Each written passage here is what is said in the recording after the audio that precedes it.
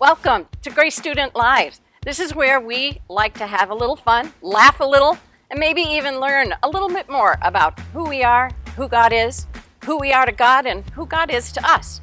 My name's Ruthie. I'm the next gen pastor, which means I get to hang out with babies to high school. It's really fun. And I'm here to just kind of chat with you a little bit about chocolate chip cookies.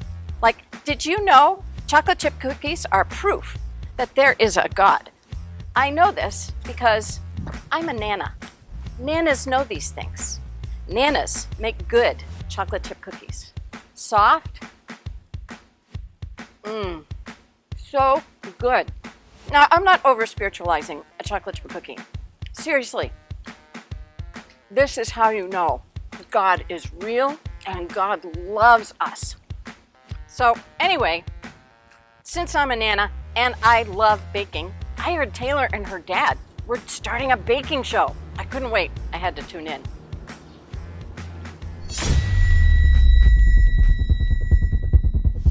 Welcome to our cooking show. Sorry, I have to pause.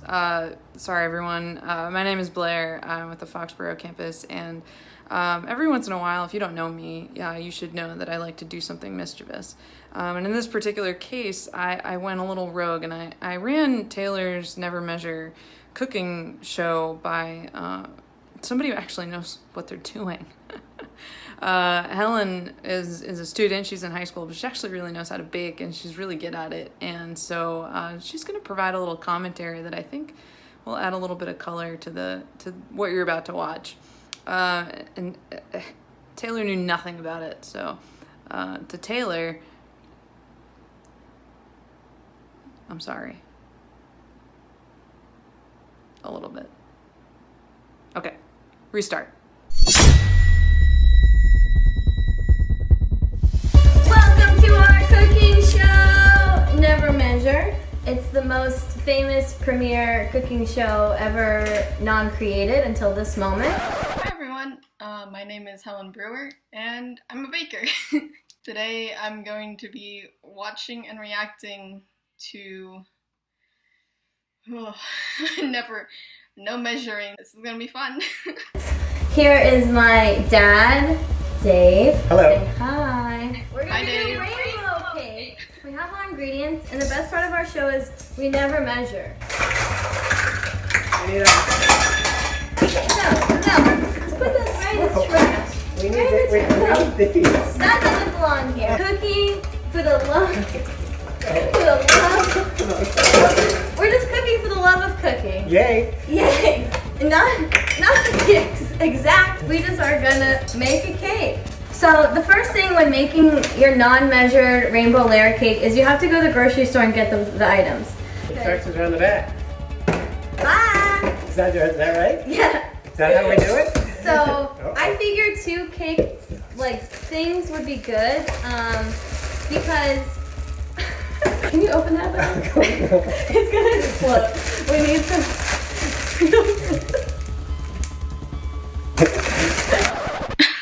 This is not going well.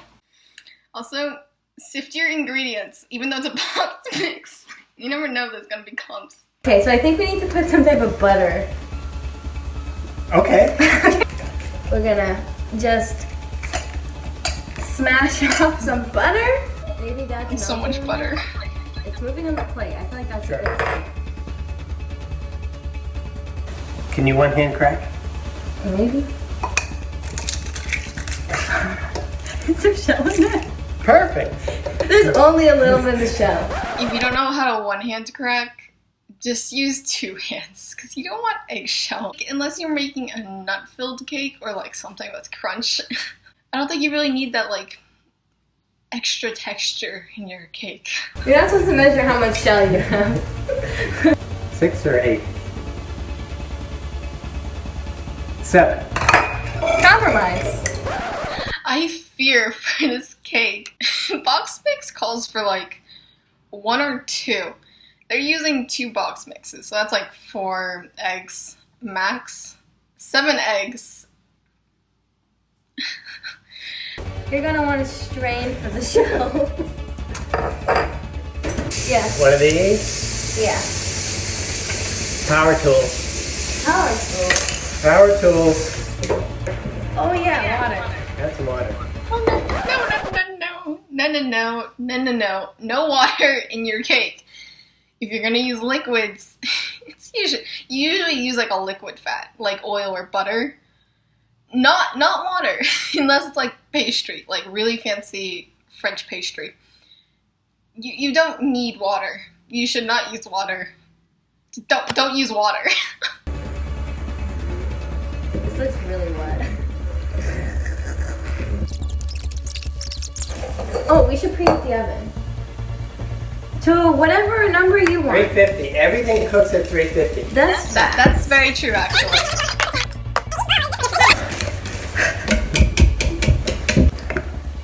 Look at that! Professional status! Smells like bakery. So, no, well, we need to color it. Don't put it in the pans yet. Kind of, How many layers? How many colors? well, it depends how many we want. Don't let some Red, recipe tell us what orange, to do. yellow. Do it even amounts. Yeah, so one To make it even. Put Well- it to the picture. even. It's not. subjective. It's measured. So I want you to put a blob in each bowl. It does look okay, considering what it's been through. Never measure. 3.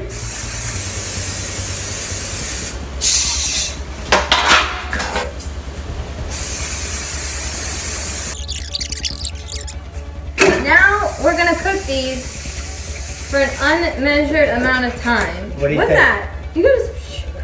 What are yours? Why aren't yours spread out? It'll spread. So this is what they look like before they're going in the oven. Beautiful. Great. They look superb. While our cakes are in the oven, cooking for whoever knows how long, we are going to work on our frosting. Frosting goes in the middle. The frosting goes in the middle. How much? We have no idea. How about this? Sure. Ooh. No, that's gonna make a glaze because you need very little liquid when you're making frosting. More sugar. And he sometimes just uses a whole bag of sugar. Maybe it will cover up the egg Whole bag of tags. sugar for cake. Okay, now we're gonna put some vanilla. Vanilla. That's the cream. Wait, it looks like frosting. That was a big spoonful. More vanilla. Let's just whip the dippings out of it. Why? We got power tools. Did you lock the bowl in? Yeah. Oh, you did. Look at that. It's Oh, thicker. it's thicker. Yeah, You think? that's a pretty good save actually, considering how much liquid went into there. That's pretty good. Perfect. Add it to the cake. It'll be good. You gotta eat it while you're eating the cake. Add normal cream cheese. Then it's cream cheese, cream, and vanilla. Let's just do a solid. Maybe this will help cut the sweets. I hope so. If you're eating this cake, I really hope you're not lactose intolerant. All right, we're doing it all. I gotta try. Oh, I gotta choke.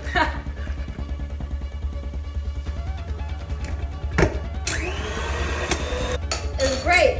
Frosting, check. Well, that's colorful. Oh, pretty. Oh, Gross. It's brown. like brownies. Green. Oh, Oh, green with a little extra trying to escape. and the Oh, red. That one seems to have shrunk. Tricks here. Oh, look at that.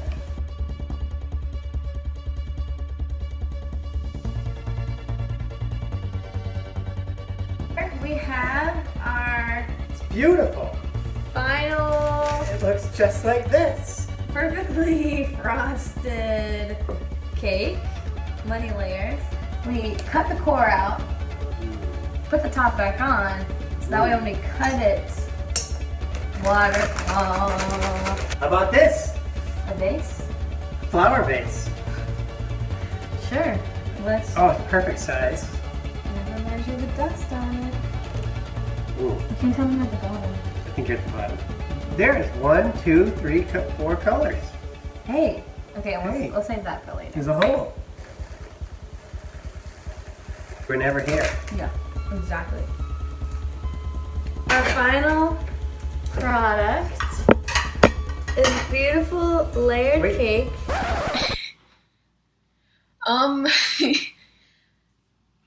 Beauty is in the eye of the beholder. It's not the worst cake I've seen. Would I eat it? It's gonna look just like this when we cut it open.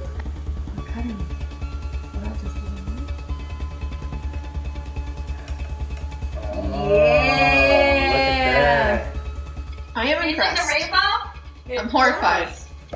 But I'm also impressed. Never measure. Well, thank you for joining us on this joyous That's pretty good. evening of multi-layered cake. To wherever you're watching this video. Overall, it's pretty. Would not eat it. just measure, please, because then this would not happen. But if you do want eggy cakes or creamy cakes, never measure. Have a great night, everybody. Never measure.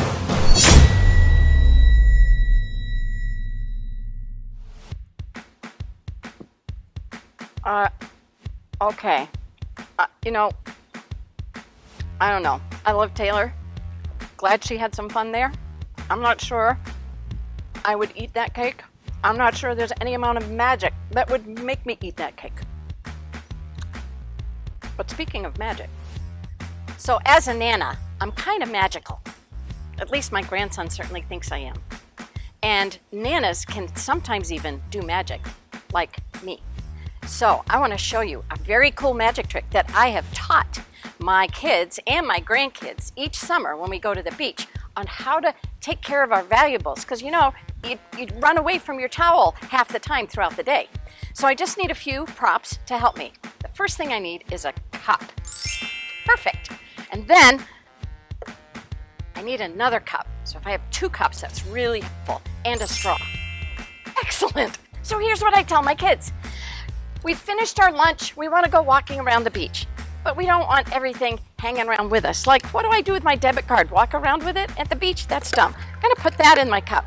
And then I'm going to take off this bracelet because I really don't want it to get dirty or whatever or wash away to see. And then I got some important rings on my hand. So I'm going to put these in. And then, so I put them in my cup. And then I'm going to seal the cup with the top, just like that. See? All my valuables are in the cup. Now, this isn't the end of the illusion, let me tell you, my little magic trick. So we take the cup, and here's the reason for the straw. We put the straw in the cup, because that way it looks like somebody's just left their drink there. And in the age of COVID, nobody's going to steal anybody's drink off the beach. And then what we have at the end is a cool, refreshing beverage to enjoy at the beach. They also go good with my chocolate chip cookies. I'm a Nana. I know these things.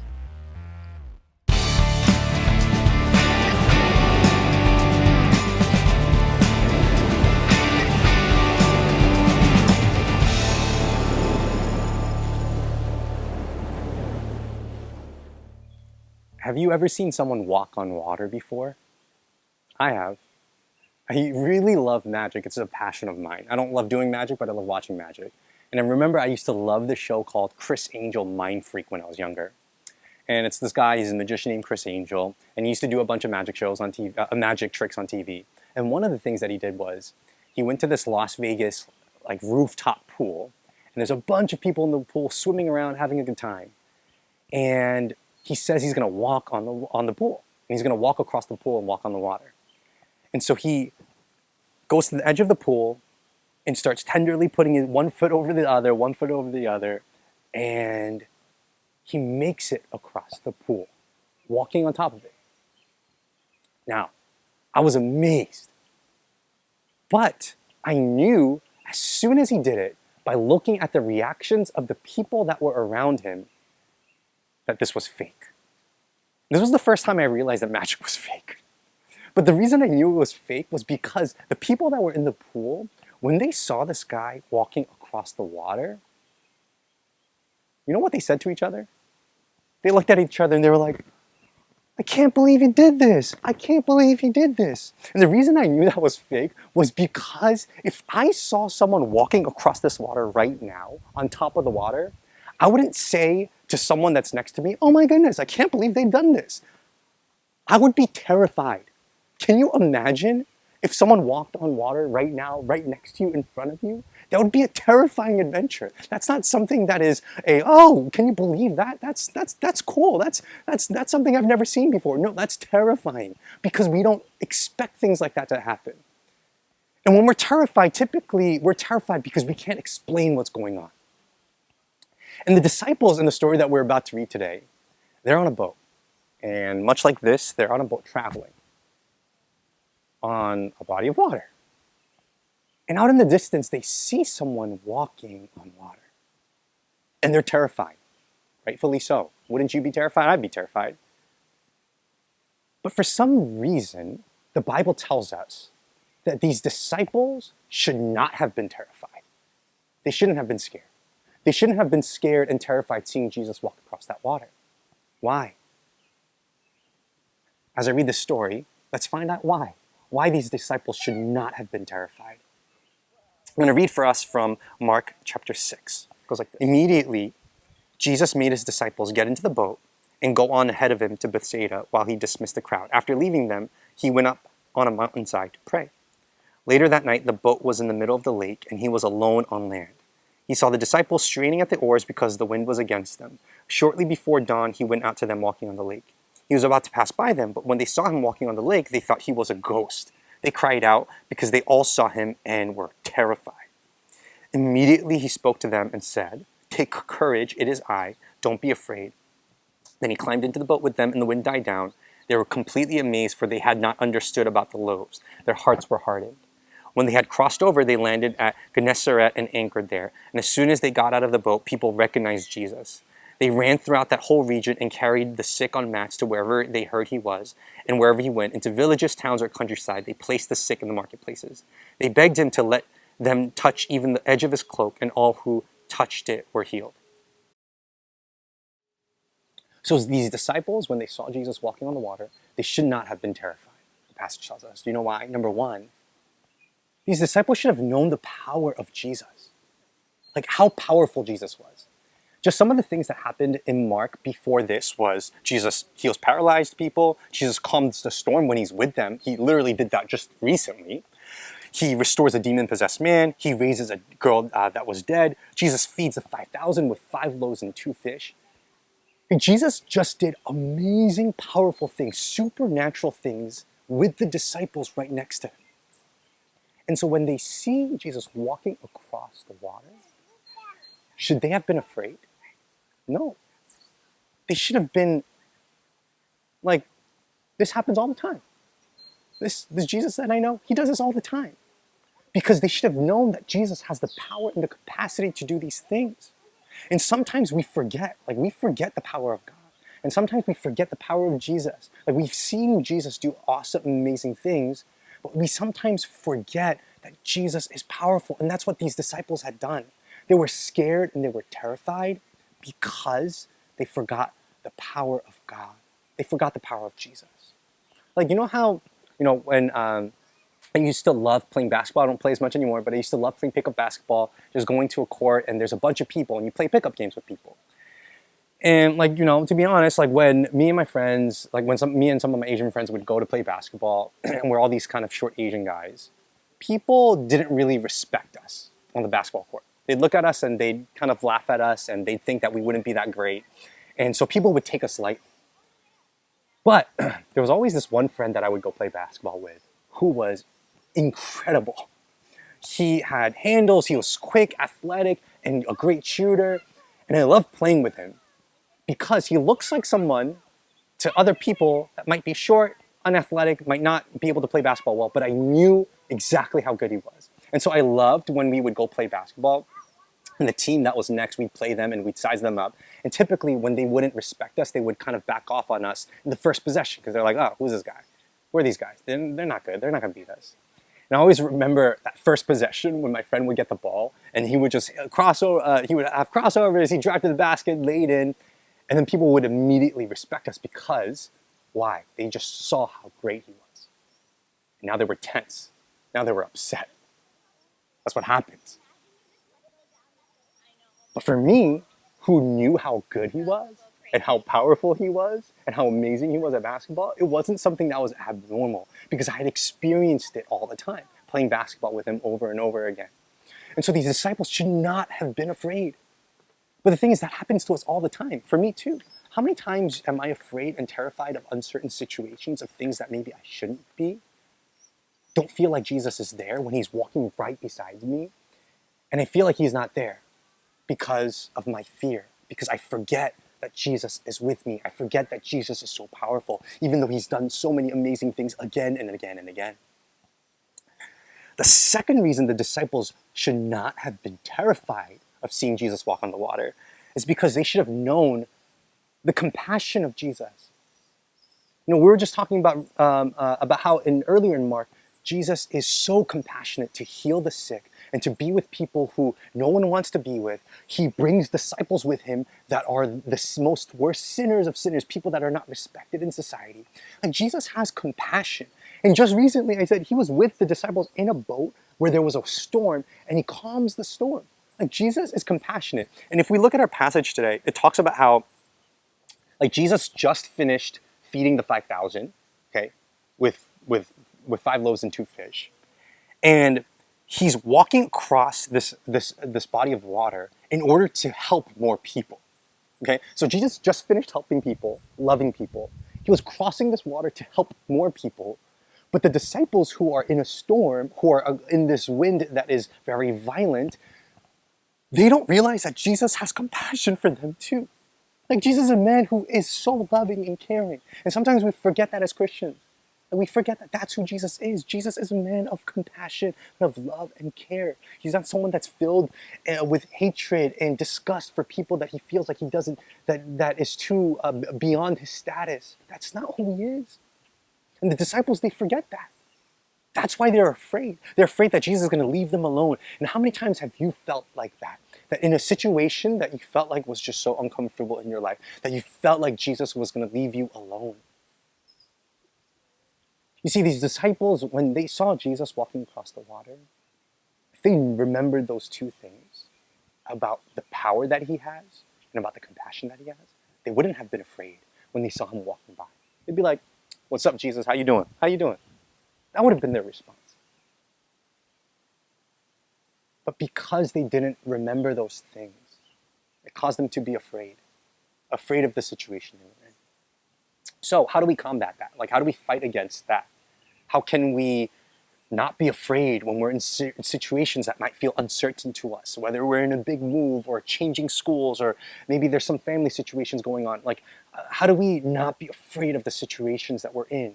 And how do we see Jesus next to us instead of seeing a ghost? Whoa, that's a ghost. How can we do that as Christians? I think the answer comes from the section that's at the end of this passage.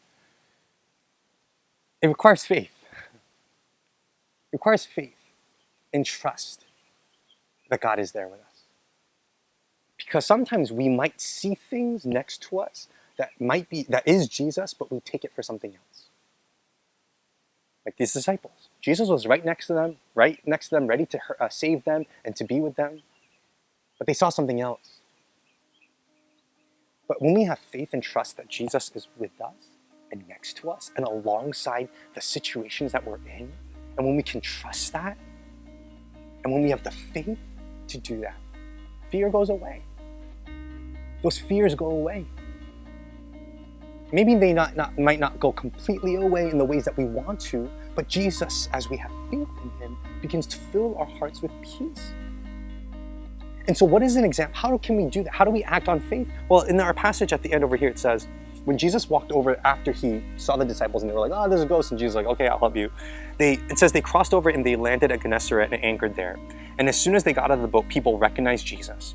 And they ran throughout the whole region and they went to him and they begged to let him touch, they begged him to let them touch even the edge of his cloak. That's what these people did when Jesus crossed over.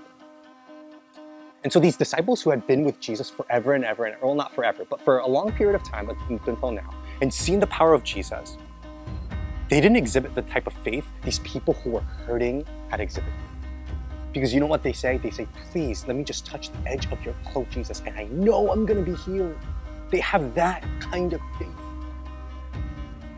It's not about knowledge. These disciples had been with Jesus for a long time and they knew a lot of things about Jesus. But these people who are broken and hurting, they knew exactly what faith looked like. Clinging onto Jesus and saying, Jesus, please heal me, be with me in the midst of the situation and the circumstances. So would you be able to do that? That it's not about the things that we know about Jesus. I know Jesus did this in Mark and Matthew and Luke, John. But can we cling onto Jesus in desperation? Say, Jesus, I know that just by touching the edge of your cloak, I know that you will heal me and I know that you're with me. Can we have that kind of faith? Can we build that kind of faith that will help drive out fear from our hearts? Maybe this passage will help us do that. Maybe your pastors and your student ministry leaders will help you do that. Maybe your family might help you do that. Maybe your friends will help you do that. But let's do that together.